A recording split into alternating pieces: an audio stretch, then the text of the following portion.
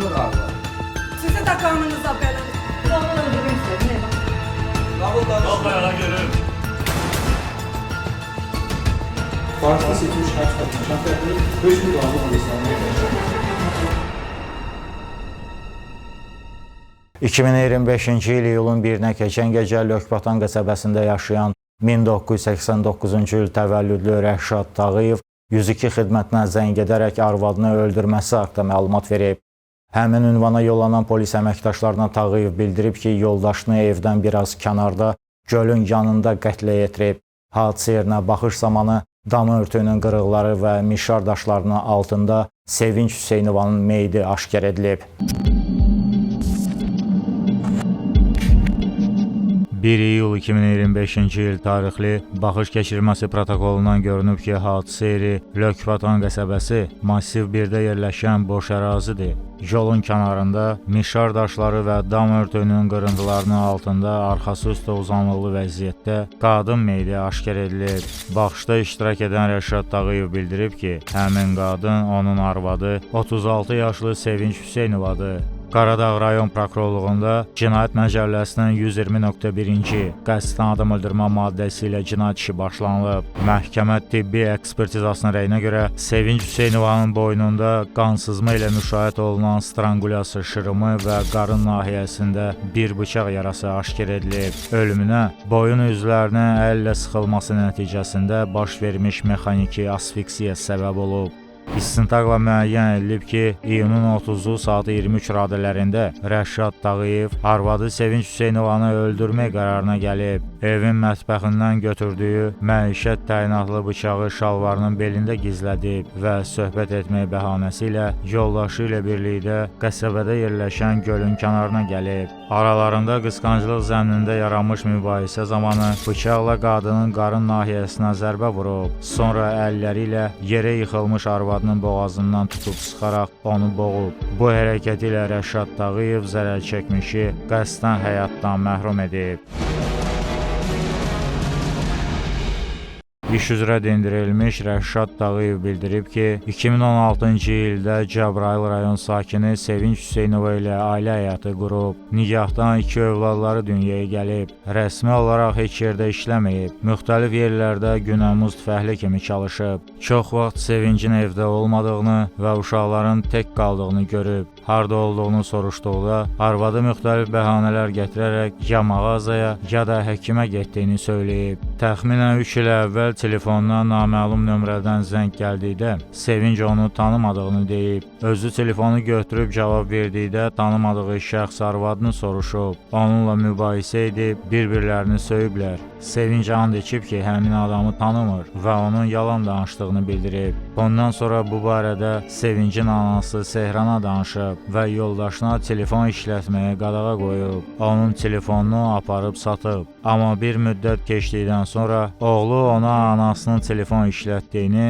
və onu balışın içində gizlətdiyini deyib. Həqiqətən oradan telefon tapıb. Qonşuları evinə yad kişilərin gəlib getdiklərini söyləsələr də, Sevinç onların yalan danışdıqlarını bildirib. Konkret heç bir sübutu olmasa da Sevincin onu aldatdığını başa düşüb. Hadisədən 2 həftə əvvəl hamam otağından növbəti telefon tapanda Sevinç ağlayaraq qızının dərslərinə görə onu aldığını və telefon işlətməyə icazə verməsini xahiş edib. İnanaraq telefonu yoldaşına qaytarıb. Bundan başqa Sevinç qonşuluqda yaşayan Telman adlı şəxsin arvadı Rəqiyyə ilə rəfiqəlik edib. İyunun 28-də Telman yanında bir neçə nəfərlə evinə gələrək yoldaşının qaçdığını, Sevincin Rəqiyyənin hara getməsini bildiyini deyib. Nə qədər sorğu-sual etsələr də, arvadı bu haqda məlumatı olmadığını söyləyib. Onlar çıxıb getdikdən sonra mübahisə edərək Sevincə yalan danışdığını bildirib. Onu döyüb,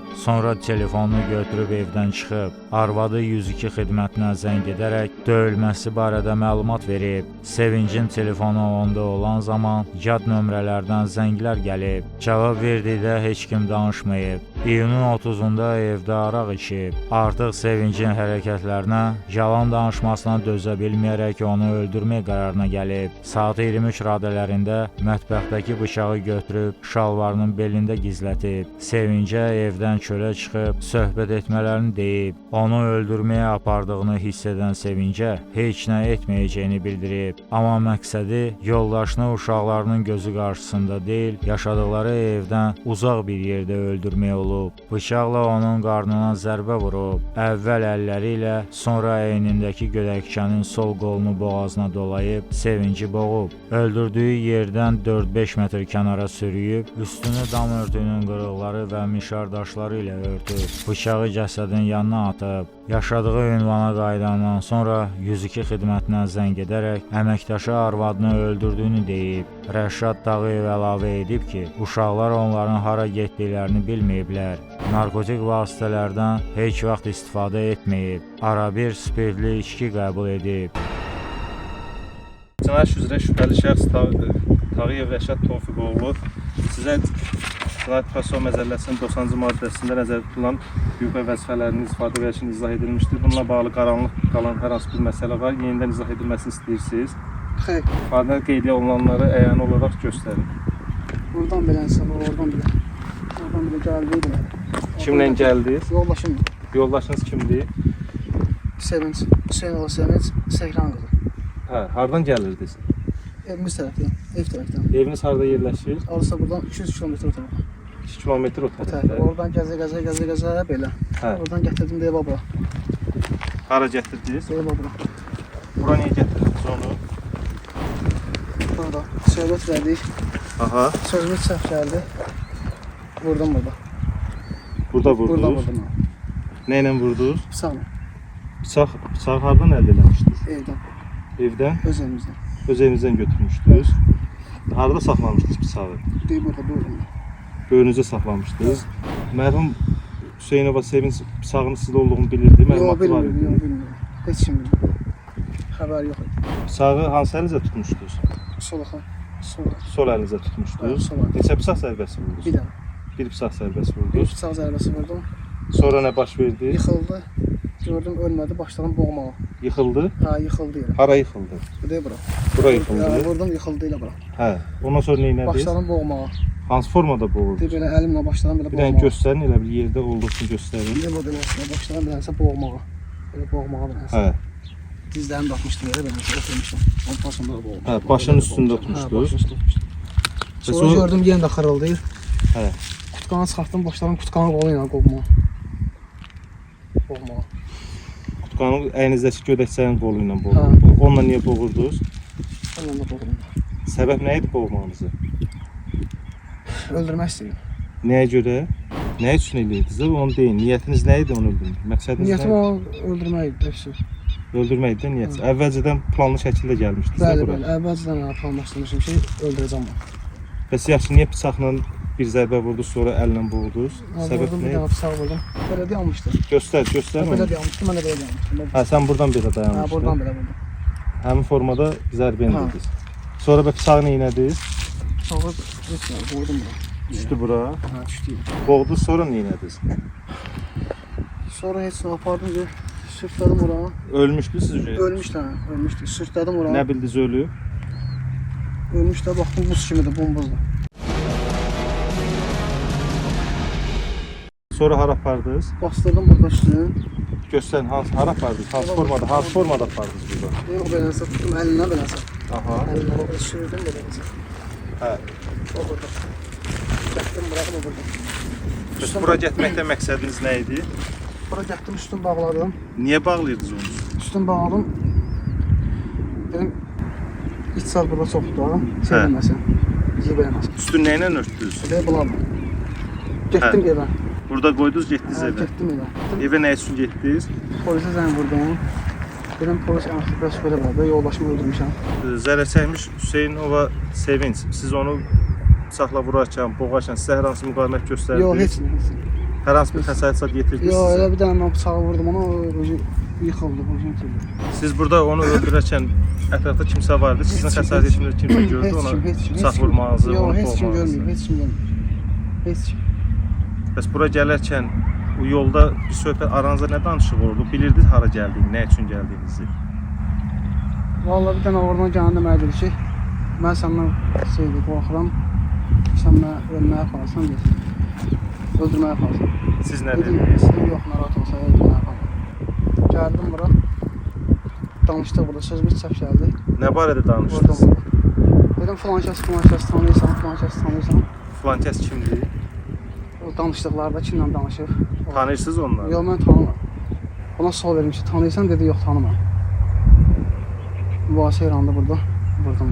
Hüseynova Sevinci əvvəllər öldürmək istəmişsiniz, bunun üçün hər hansı hərəkət etmişdiniz? Yox, əvvəllər öldürmək deyəndə ki, əvvəllər çox səhv olur.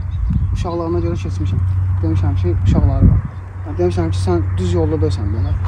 Qayıd yol var. Bəs indi niyə öldürmək qərarına gəldiniz? İndi öldürmək qərarına gəldi ki, mən çox sümeydirəm işte. Mən qərarımı vermişdim ki, bunu öldürməliyim. Onu öldürərkən Hüseynova Sevinç sizdən aman dilədimi? Siz onu öldürməmənizi xahiş elədimi? Səsi çıxmadı. Heç bir səs Heç bir səsi çıxmadı. Etdiyiniz əməldən peşmansınız? Bəli. Zərər çəkmiş şəxsin hüquqi varisi Sehran İsmailova ifadəsində göstərib ki, Rəşad Tağıyev əvvəllər Samirə adlı qadınla evli olub, 5 il yaşadıqdan sonra ayrılıblar. Həmin nikahdan bir qızı olub. Daha sonra onun qızı Sevinclə ailə həyatı qurub. 2019-cu ilin avqust ayında yoldaşı tərəfindən döyülən qızı polisə şikayət edib. Qaradağ rayon məhkəməsi tərəfindən Rəşad Cinayət Məcəlləsinin 128-ci qəsdən sağlamlığa yüngül zərər vurma maddəsi ilə təqsirli bilinsə də, Sevinç şikayətini geri götürüb və bu səbəbdən iş üzrə icraata xitam verilib. İyunun 28-də Sevinç ona zəng edərək Rəşadın növbəti dəfə onu döydüyünü deyib. Həmin gün evlərinə gəldikdə qızının üzündə xəsarət izləri görüb. Sevinç onun telefonundan zəng edərək 102 xidmətinə bu haqda məlumat verib. Qızı ilə birlikdə 10-cu şöbəyə gedib. Orada övladı ərizə yazıb. Təhqiqatçı Sevincə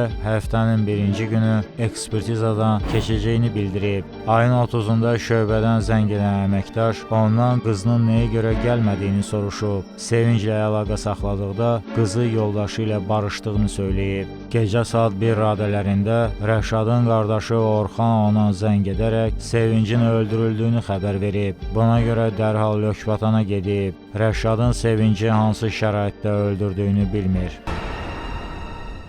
Şahid Rafiq Hüseynov bildirib ki, iyulun 1-nə keçən gecə bacısının əri tərəfindən öldürüldüyünü bilib. Sevincgilin yaşadıkları evin qapısını açan uşaqlar atası ilə anasının mağazaya getdiklərini deyiblər. Rəşadın digər qardaşı Vüqar bildirib ki, hadisə gölün kənarında baş verib. Axırıncı dəfə bacısı ilə 2 həftə əvvəl telefonla danışıb. Sevinç hər hansı problemi, kiminləsə münaqişəsi olması barədə heç nə söyləməyib. Bacısının kimlərləsə dostluq, sevgi, intim və sair münasibətinin olub-olmaması, gizlin telefon işlətməsi haqqında məlumatı yoxdur.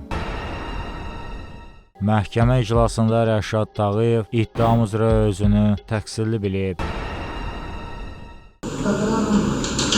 Telefon vermişsin canım. Uşaqlarına görə çəkiləcəm. Uşaqlarım var, ayrı-ayrı. Hazırsı uşaqlarım var. O səfə olmasa da sanacağım. Biraz uzaqdan danışmışsın. Olmaz da belə şey. Sənin körpə uşaqlarım var. Sən niyə verirsən də? Prokuror təqsirləndirilən şəxsə 10 ilə 6 ay cəza təyin edilməsini istəyib. Zərər çəkmiş şəxsin hüquqi varisi ona ən ağır cəza verilməsini xahiş edib. Tağıyev Rəşad Tofiqoğlu Azərbaycan Respublikası Cinayət Məcəlləsinin 120.2 maddəsi ilə təqsirləndirilməsinə də cinayət işinə açıq məhkəmə iclasında baxaraq məhkəmə Məhkəmə qənaətə gəlib ki, Rəşad Tağıyevin Cinayət Məcəlləsinin 120.1-ci qəsdən adam öldürmə maddəsində nəzərdə tutulmuş cinayət əməlinin törətməsi tam sübuta yetirilib. O, qanunla müəyyən edilmiş qaydada həmin maddənin sanksiyası həddində azadlıqdan məhrum etmə cəzasına məhkum olunmalıdır. 2025-ci il oktyabrın 31-də Bakı Ağır Cinayətlər Məhkəməsinin hökmü ilə cəzasını ciddi rejimli cəza çəkmə müəssisəsində çəkmə ilə Rəşad Tağıyev 10 il müddətinə azadlıqdan məhrum olunub. 2024-cü il sentyabrın 29-da 1990-cı il təvəllüdlü Zaur Sultanovun və 1997-ci il təvəllüdlü Nicat Hüseynovun bıçaq xəsarətləri ilə Sabunçu Tibb Mərkəzinə daxil olmaları barədə Xəzər rayon 3-cü polis şöbəsinə məlumat verilib. Şahidlərin sözlərindən məlum olub ki, hadisə Bina qəsəbəsində marketin yanında baş verib. Saat 20 radələrində Nicat Hüseynov Zaur Sultanovu görüşə çağırıb və ona bıçaqla 6 dəfə zərbə vurub. Dava zamanı kəsici aləti əlindən alan Sultanov da öz növbəsində ona xəsarətlər yetirib. 2024-cü il sentyabrın 29-da bıçaq xəsarətləri ilə Bina qəsəbəsindən Sabunçu Tibb Mərkəzinə Zaur Sultanov və Nicat Hüseynov daxil olublar. Baxış keçirməsi protokolundan görünüb ki, hadisə Bina qəsəbəsi Hövsan Sükülü savxozunda yerləşən marketin yanında baş verib. Asfalt örtüyünün üzərində qan ləkələri və bir ədəd bıçaq aşkar edilib. Xəzər rayon polis idarəsinin istintaq şöbəsində Cinayət Məcəlləsinin 126.1-ci maddəsi ilə başlanılan cinayət işi bir müddətdən sonra rayon prokurorluğuna göndərilib. İstintaq Cinayət Məcəlləsinin 29.120.1-ci qəsdən adam öldürməyə cəhd maddəsi ilə davam etdirilib. İstintaqla müəyyən edilib ki, sentyabrın 29-da aralarında yaranmış mübahisə zamanı Nicat Hüseynov qisas məqsədi ilə üzərindəki məişət təyinatlı bıçaqla Zaur Sultanovun döş qəfəsinə və qarnına ümumilikdə 6 dəfə zərbə vurub. Fəal şəkildə özünü müdafiə etməsi, kənar şəxslərin müdaxiləsi ilə hadisə yerindən uzaqlaşması, habelə vaxtında xəstəxanaya çatdırılması nəticəsində zərər çəkmişin həyatı xilas edildiyindən Nicat Hüseynov qəsdən adam öldürməyə yönəlmiş əməlini başa çatdıra bilməyib. Məhkəmə iclasında Nicat Hüseynov ittiham üzrə özünü təqsirli bilməyib. İbtidai istintaqda verdiyi ifadəsinə əsasən o Bina qəsəbəsində anası ilə birgə yaşayıb, günəmuz fəhləli ilə məşğul olub. Bu hadisədən əvvəl Zaurla aralarında söz-söhbət olub, amma sonra sonuncu ondan üzrxahlıq etdiyindən barışıblar. Razılaşıblar ki, baş vermiş münaqişə barədə heç kimə danışmayacaqlar. Amma son vaxtlar o müxtəlif tanışlarından Zaurun onun ünvandan nalayiq ifadələr işlətməsini və o vaxt onu alçaltmasını söylədiyini eşidib. Bundan qəzəblənərək sentyabrın 29-da tanışı Fəttah Pirsultanovdan Zaurun mobil nömrəsinə zəng etməsini xahiş edib. Həmin məsələni aydınlaşdırmaqdan ötürü Zaurdan qəsəbədə yerləşən marketin qarşısına gəlməsini tələb edib. Saat 20 radələrində Zaura yaxınlaşıb, təklikdə söhbət etmək istədiyini desə də, tanışı onunla kənarda söhbət etməkdən imtina edərək mağazaya girib. Bir neçə dəqiqədən sonra çölə çıxan Zaura yaxınlaşaraq ondan haqqında eşitdiyi sözləri deyib deməməsini soruşub. Tanışı da söymüşəmsə, yaxşı eləmişəm deyə cavab verib. Buna görə cibindən bıçağı çıxarıb Zaura ilk zərbəni vurub. Fiziki cəhətdən ondan çox güclü olmasını bildiyi üçün qorxub və yenə ona xəsarətlər yetirib. Həmin vaxt ətrafdakı insanlar gələrək onları ayırıb, bıçaq əlindən düşüb. Ayağa qalxanda sol qolundan qan axdığını görüb, lakin həmin xəsarətləri hansı şəraitdə aldığını bilməyib. Sonra yoldan keçən tanımadığı şəxsdən onu xəstəxanaya aparmasını xahiş edib. Zaura neçə zərbə vurduğunu tam xatırlamır, lakin 2-3 zərbə vurmasını düşünür. Bıçağı üzərində götürməkdə məqsədi söhbət zamanı Zaurun ona qarşı hər hansı xoşa gəlməz hərəkəti olarsa özünü müdafiə etmək olub. Boynunda 313 rəqəmli və qılınc döyməsi olan şəxsi tanımır. Hadisə yerində belə bir adamın olmasını xatırlamır. Hadisə günü Zaur etdiyi hərəkətə görə üzr istəsəydi, o çıxıb gedərdi. Amma o əksinə yaxşı eləmişəm deyərək onu əsəbləşdirib. Aralarında baş vermiş hadisənin sonda ölümlə nəticələnə biləcəyini düşünməyib. Ekspertizanın rəyində Sultanovun bədən səthində çoxsaylı bıçaq yaralarının necə yaranmasını izah edə bilmir. Özünün üzərindəki xəsarətləri ehtiyatsızlıqdan əlindəki bıçaqdan aldığını düşünür. Hər hansı kənar şəxs tərəfindən ona zərbələr vurulmayıb. Əməlindən peşmandır. Zərər çəkmiş Zaur Sultanov bildirib ki, təxminən 7 il əvvəl aralarında baş vermiş mübahisə zamanı Nicat Hüseynovun üzünə sillə vurub, amma sonra tanışından üzr istəyib. Bundan sonra aralarında ədavət olmayıb. Sentyabrın 29-da işdə olanda Nicat ona zəng edərək binaya gəlməsini və onunla işi olmasını deyib. Marketin qarşısında Nicat yaxınlaşaraq ondan barəsində nalayiq ifadələr işlətib-işlətmədiyini soruşub. Cavab olaraq əgər kiminsə yanında söyübsə, həmin adamla onu üzləşdirməsini deyib. Amma Nicat sanki bunu eşitməyərək təkrar ondan söyüb-söymədiyini soruşub. Şalvarın bel hissəsindən bıçağı çıxarıb. O qorxub marketə girib. Satıcıya Nicatın üzərində bıçaq olmasını və onu hər hansı yolla oradan uzaqlaşdırmasını deyib. Bir neçə dəqiqə içəridə qalıb. Şüşədə insanların çox olmasını görüb, Nicatın ona heç nə etməyəcəyini düşünüb. Amma Hüseynov yenə yaxınlaşıb, ona eyni sualı verməyə başlayıb. Sonra bıçaqla ona zərbə vurub. Növbəti zərbələrdən yayınmaqdan ötürü güc toplayıb, tanışını yerə yıxıb. Amma aldığı zərbələrdən sonra huşunu itirib. Təcili yardım avtomaşını ilə Sabunçu xəstəxanasına çatdırılaraq həyatı xilas olunub. Məhkəmə iclasında istintaqda verdiyi ifadəsindən fərqli olaraq zərər çəkmiş bildirib ki, məhəllədə marketin qarşısında o Nicatın və ailə üzvlərinin ünvanına nalayiq ifadələr işlətib. Buna görə tanışı ona bıçaqla zərbə vurub. Onun bədənindəki digər xəsarətlər əlbəyaxa olub yerdə süpürləşərkən yaranıb. Bıçağı əlindən alıb Hüseynovu vurub və sonra aləti kənara atıb. Zaur Sultanov Nicat Hüseynovla barışdığını və məhkəmədən ona cəza verilməməsini xahiş edib.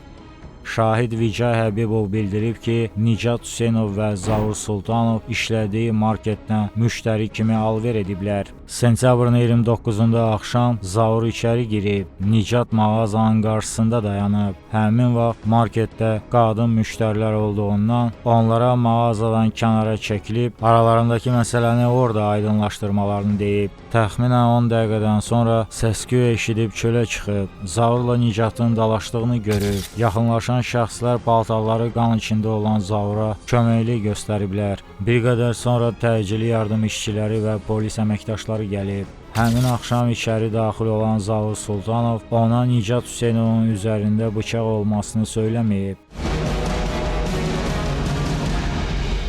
Xəsarətlər yetirərək Zaur Sultanovu qəsdən öldürməyə, yəni qəsdən həyatdan məhrum etməyə cəhd etmişdir. Vermiş iddiamız Hüseyn öncə Çamaloğlu özünü qismən təqsir edilmişdir. Belə ki, o ifadəsində də göstərmişdir ki, onu Zaur Sultanovu qəsdən öldürməyə niyyəti olmamışdır. Aralarında yaranan və əvvəldən olan bir münaqişəli məsələnin ayrılaşdırılması zamanı sadəcə olaraq xəsarət yetirmişdir.